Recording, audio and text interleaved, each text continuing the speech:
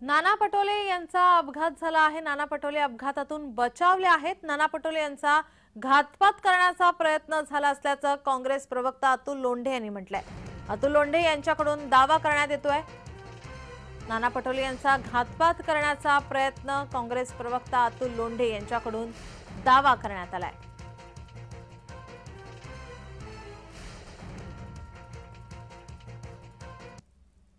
अतुल लोंढे यांनी या संदर्भात ट्विट केले, पाहूयात ग्राफिक्सच्या माध्यमातून।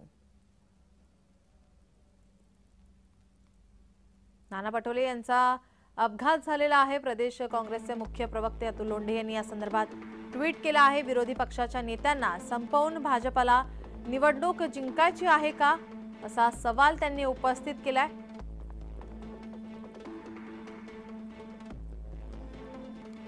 ही अत्यंत गंभीर घटना असून त्यांचा घातपात करण्याचा डाव होता का, अशी शंका आहे।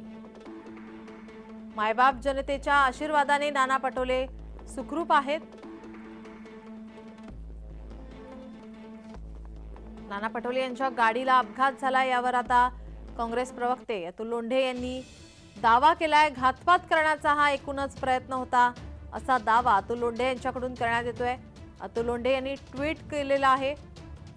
नाना पटोले यांना या अपघातात कुठलीही दुखापत झालेली नाही। नाना पटोले यांच्या गाडीला अपघात झाला, या अपघातातून नाना पटोले बचावले आहेत। कोणतीही दुखापत त्यांना झालेली नाही। यावर आता अतुल लोंढे यांच्याकडून दावा करण्यात येतोय।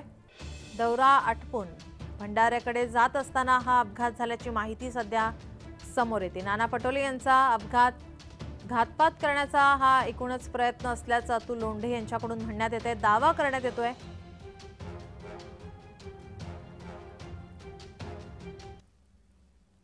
आपल्यासोबत फोन लाईन वरून काँग्रेस प्रवक्ते अतुल लोंढे हे जोडलेले आहेत। अतुल सर, आपण पाहताय की नाना पटोले यांचा अपघात झालेला आहे, आपण यावरती ट्विट केलेला आहे, दावा केलाय का हा एकूणच घातपात करण्याचा प्रयत्न होता? असं आहे की ज्या जागेवर हा ऍक्सिडेंट झाला त्या जागेवर तिथे रस्त्याचं बांधकाम सुरू आहे आणि गाड्या स्लो होतात। ती गाडी थोडी थांबली होती आणि मागून येऊन अशा पद्धतीने एकाच गाडीला मारणे हा घातपाताचा विषय वाटण्यासारखाच आहे।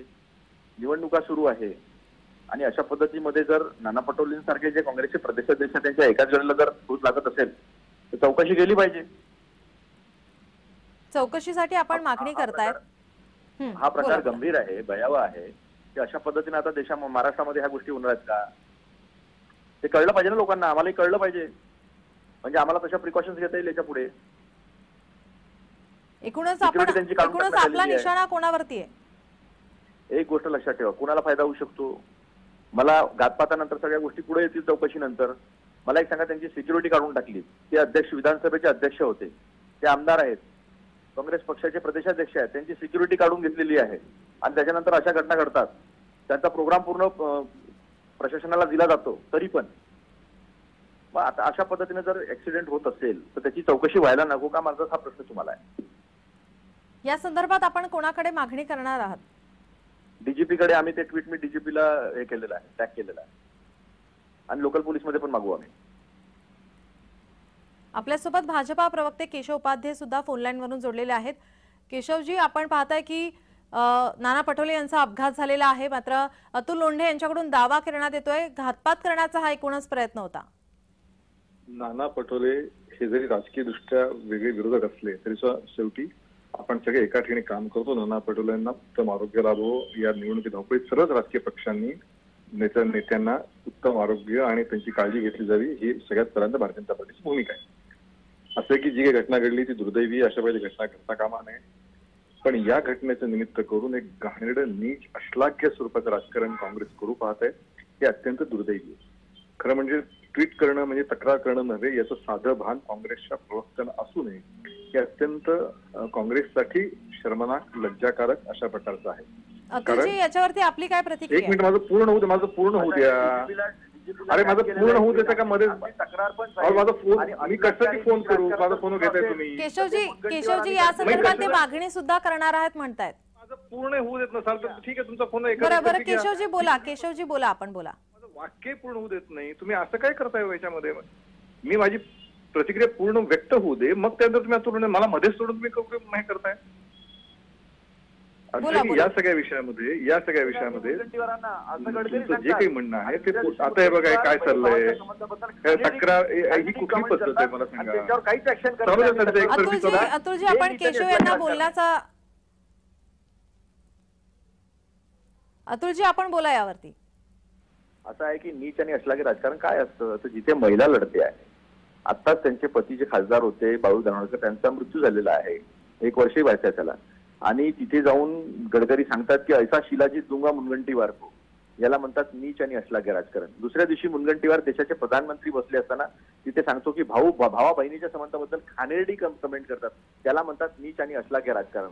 तुम्ही आमची सिक्युरिटी काढून टाकली. ते प्रदेशाध्यक्ष आहेत एका राजकीय पक्षाचे, ते विधानसभा अध्यक्ष होते, त्यांची सिक्युरिटी तुम्ही काढून घेतात. त्याच्यानंतर एकाच गाडीला ऍक्सिडेंट होतो जिथे स्पीड कमी होती, जिथे रस्त्याचं बांधकाम चालू आहे, मग एकच गाडी कशी टार्गेट होते. याच्याबद्दल आम्हाला शंका बाळगण्याचा काही अधिकार नाही आहे, आम्हाला चौकशी मागण्याचा अधिकार नाही आहे. आम्ही चौकशी मागितलेली आहे. ज्यांच्या ट्विटवरून लोकांवर इन्क्वायऱ्या होतात, लोकांच्या घरावर धाडी पडतात, ECIR टाका म्हणून देवेंद्र फडणवीस ट्विट करतात, ते ECIR दाखवलं तो ईडी मध्ये, आणि आम्ही DGPला टॅग केल्यानंतर काय घातापाताची चौकशी नाही होऊ शकत? हे सरकारचं काम नाही आहे की विरोधी पक्षाच्या नेत्याचा ऍक्सिडेंट होत असेल अशा पद्धतीनं तर त्याची चौकशी केली पाहिजे. त्याची चौकशी तर आम्ही मागणारच, त्याची तक्रारी दाखल झालेली आहे. त्यामुळे पहिले माहिती घेतली पाहिजे, कायदा समजून घेतला पाहिजे. काहीतरी बोलायचं नीच आणि अश्लाघ्याचं तुमच्या राजकारण आहे. पाहिलं आम्ही कसं करतो. आपल्यासोबत केशव उपाध्ये पुन्हा एकदा जोडलेले आहेत. केशवजी बोला आपण. माझी अशी आशा आहे, विनंती आहे की एकतर मला पूर्ण प्रतिक्रिया व्यक्त करू द्यावी आपण. मध्ये आमच्या मित्र अतुल लोंढेंनी मध्ये व्यक्त होऊ नये, कारण मी ते बोलत असताना मध्ये व्यक्त झालो नाही. मुळात असं आहे की मी सुरुवातीला सांगितलं की राजकारण मुद्दे आपले वेगळे जरी असले तरी राजकारणामध्ये शेवटी आपण राजकीय पद्धतीने आरोप प्रत्यारोप करतो. राजकारण हे मुद्द्यांवर करावं, हे भारतीय जनता पार्टीची भूमिका आहे. नंबर 1. नंबर 2, जर काही त्यांच्याबद्दल असं काही त्यांना माहिती असेल तर त्यांनी पोलिसात जाऊन दिलं पाहिजे. ट्विटर काहीतरी बोलायचं आणि त्यानिमित्ताने प्रसिद्धीसाठी आपापल्यासारखं काहीतरी ट्विट करायचं आणि बिनबुडाचे आरोप करत सुटायचे, हे बरोबर नाही. नंबर 3, या सगळ्या विषयामध्ये पोलीस त्यामध्ये तपास करतील, पोलीस जी वस्तू आणतील ती समोर आणतील, त्यानंतर काहीतरी याच्यावर बोललं पाहिजे. माझं म्हणणं इतकंच आहे की राजकारण कशाचं करावं, मुद्द्यावरती राजकारण करावं, अशा पद्धतीचं नीच आणि अश्लाघ्य राजकारण करून कृपया तात्कालिक प्रसिद्धी करण्याचं काम, मिळवण्याचं काम करू नका. कारण शेवटी आपल्याला जर प्रदीर्घ मुद्द्यावरती राजकारण करायचं असेल तर ते करा. जर खरंच काही माहिती आहे तर ती माहिती पोलिसांकडे जाऊन द्या, पोलिस तपास करतील आणि त्याच्यानंतर समोर सत्य येईल. इथे नुसतं एक असं अधांतरी बिनबुडाचं एक ट्विट करून टाकायचं त्याला काही अर्थ नसतो. एवढंच माझं म्हणणं आहे. धन्यवाद आपले. अतुलजी आपण यावरती काय म्हणाल की आता ते म्हणतात की बिनबुडाचे आरोप आहेत आणि हा अपघात झालेला आहे, राजकारण वळण याला नको लागायला. अतुलजी आपली प्रतिक्रिया. नाना पटोले यांचा अपघात झाला यावर अतुल लोंढे यांनी ट्विट केलेला आहे. घातपात करण्याचा प्रयत्न असल्याचं त्यांच्याकडून म्हणण्यात येत आहे. अतुलजी आणि केशव उपाध्ये आपल्यासोबत हे फोन लाईन वरून जोडलेले होते. धन्यवाद आपण दिलेल्या या प्रतिक्रियेसाठी.